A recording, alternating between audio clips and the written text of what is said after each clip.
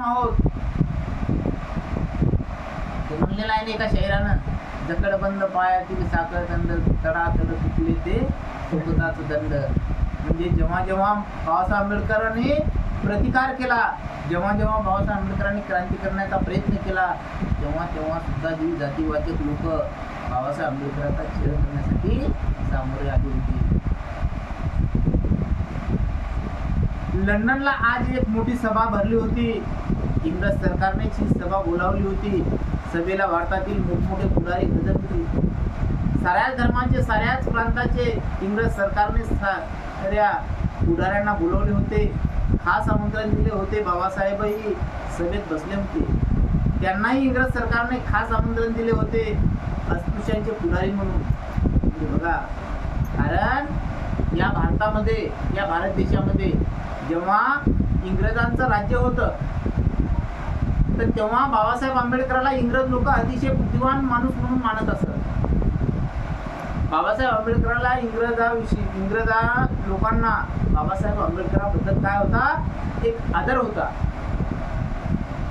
परंतु ही जी काही धर्मागतीची लोक होती, अधर्मीय लोक होती, ही लोक मात्र बाबासाहेबाला काय म्हणत, देश कलंकित मानत, देशद्रोही मानत. बाबासाहेब आंबेडकरांना हे स्वातंत्र्य भेटण्यासाठी बाबासाहेब आंबेडकरांना काही गरज नव्हती. बाबासाहेब आंबेडकरांना या देशावर ब्रिटिशाचं राज्य आहे का, या देशावर इंग्रजांचं राज्य आहे का? कारण बाबासाहेब आंबेडकर म्हणत की या देशामध्ये कितपतही जरी स्वातंत्र्य मिळालं तरीही माझ्या अस्पृश्य समाजाला स्वातंत्र्य मिळणार नाही. कारण ही जी काही जातीवाचक मंडळी आहे, ही जातीवाचक मंडळी निश्चितच मनानं माझ्या समाजाला जेणेकरून गुलामीत ठेवल्याशिवाय राहणार नाही. म्हणून बाबासाहेब आंबेडकरांनी कुठल्याच पद्धतीनं या भारतीयाशी सलोखा करण्याचा प्रयत्न केला नाही. बाबासाहेबांचे घनिष्ठ संबंध, बाबासाहेबांचे नीतीचे संबंध जे काही होते ते परराष्ट्रासोबत होते, इंग्रजासोबत होते. इंग्लंडच्या मोठमोठ्या अधिकाऱ्यासोबत बाबासाहेब आंबेडकरांचे संबंध होते. मग लंडनला एक सभा भरली होती आणि त्या सभेमध्ये इंग्रज सरकारनं बाबासाहेब आंबेडकरांना सुद्धा काय केलं होतं, एक पाचारण केलं होतं, पत्र लिहिलं होतं. प्रत्येक राष्ट्राचे लोक बोलवले होते, प्रत्येक देशाचे लोक बोलवले होते आणि भारताचे लोकही सुद्धा त्या ठिकाणी बोलवले होते. आणि त्याचबरोबर बाबासाहेब आंबेडकरांना सुद्धा त्या इंग्रज सरकारनं काय केलं, एक अस्पृश्यांचा नेता म्हणजे अस्पृश्यांचे पुढारी. कारण बाबासाहेब आंबेडकरांना हे अस्पृश्य लोक काय म्हणत, की आमचा नेता मानत. महात्मा गांधी काय म्हणत की या देशामधले हरिजनांचा मी एक कर्ता आहे, पालक आहे, हरिजनांचा मी एक नेता आहे. परंतु बाबासाहेब आंबेडकर काय म्हणतात की या समाजामध्ये तुम्ही उघडे नागडे राहून काही या दीनदलित लोकांचा नेता होऊ शकत नाही. परंतु गांधी पुन्हा त्या बाबासाहेब आंबेडकरला म्हणतात की बाबासाहेब विक्टर आंबेडकर म्हणजे डॉक्टर बाबासाहेब, तुम्ही सूट बूट टाय कोट याच्यामध्ये राहून तुम्ही दीनदलित लोकांचं काय रक्षण करू शकता. परंतु बाबासाहेब आंबेडकर त्या गांधीला काय म्हणतात की मिस्टर गांधी, मी जरी सुटा बुटा आणि टाय कोटामध्ये जरी राहत असेल तरीही माझ्या अस्पृश्य समाजाला न्याय देण्याचं काम करीत किंवा न्याय देण्याचं अतिशय कष्टानं काम करीत राहील. आणि माझी जी काय अस्पृश्य मंडळी आहे ती अस्पृश्य मंडळी मलाच मानण्यात यश संपादन करेल आणि माझी मंडळी मलाच नेता मानेल. तुम्ही काही माझ्या समाजाचे आणि माझ्या अस्पृश्य लोकांचे काही नेता होऊ शकत नाही. म्हणून बाबासाहेब आंबेडकरला त्या इंग्रजांनी सुद्धा काय केलं, पाचारण केलं किंवा अस्पृश्यांचे पुढारी म्हणून बाबासाहेबाला सुद्धा त्या इंग्लंडला बोलवलं.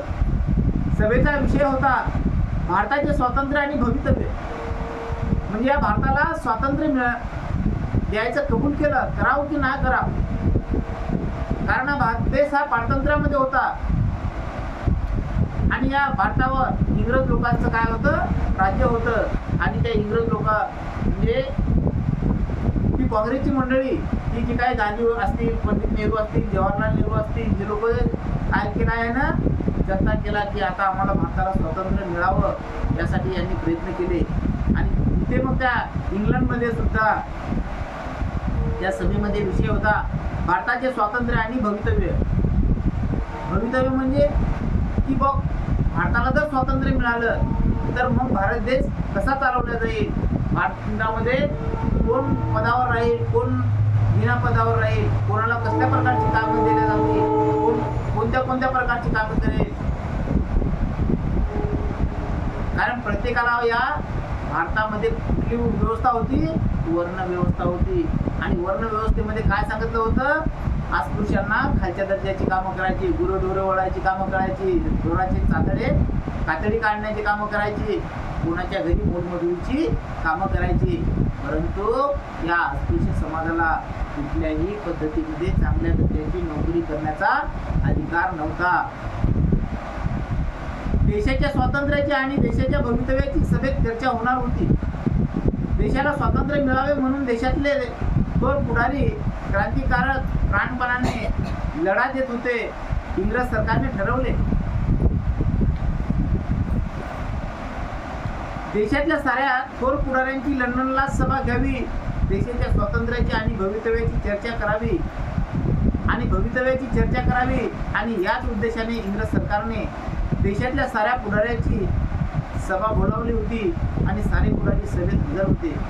म्हणजे कारण आपला भारत देश कोणाच्या ताब्यामध्ये होता, त्या इंग्रज लोकांच्या ताब्यामध्ये होता. आणि इंग्रज लोकांना जेव्हा या भारतावरचं स्वातंत्र्य बहाल करायचं होतं तेव्हा या इंग्रजांना सुद्धा काय वाटू लागलं होतं की या देशामध्ये जर स्वातंत्र्य मिळालं तर निश्चितच बाबासाहेब आंबेडकरांना ही लोक मानणार नाही. कारण बाबासाहेब आंबेडकर कुठल्या समाजाचे होते, अस्पृश्य समाजाचे असल्यामुळं बाबासाहेब आंबेडकरांना ही लोक काही स्वातंत्र्य देणार नाही. म्हणून बाबासाहेब आंबेडकरांचा या भारताला स्वातंत्र्य मिळण्यासाठी प्रखर असा काय होता, विरोध होता. कारण बाबासाहेब आंबेडकर जरी आपल्या देशावर इंग्रज लोकांची सत्ता होती तरीही मात्र बाबासाहेब आंबेडकरांना ही इंग्रज मंडळी अतिशय चांगल्या पद्धतीनं अतिशय सन्मानानं वागवत होती आणि अतिशय सन्मानानं सुद्धा कुठल्याही गोष्टी सांगत होते. कारण बाबासाहेब आंबेडकर हा एक काय होते, एक ज्ञानसूर्य होते, ज्ञानदीपक होते.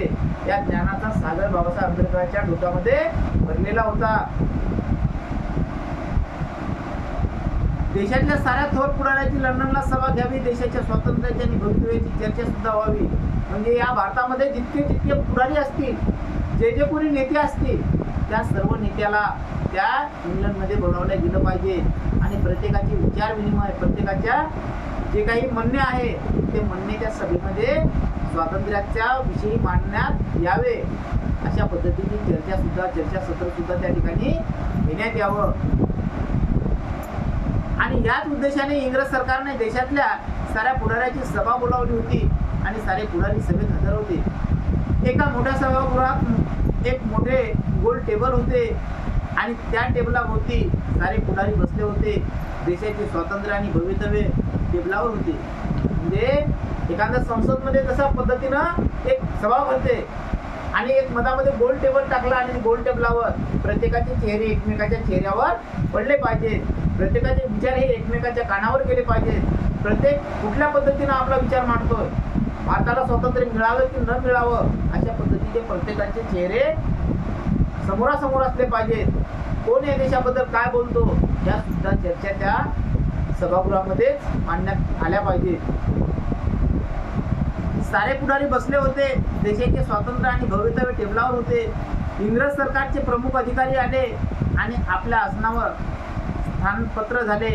त्या अधिकाऱ्यांनी हसतमुखाने साऱ्यांचे स्वागत केले, साऱ्यांचा परिचय करून घेतला आणि सभेला सुरुवात झाली.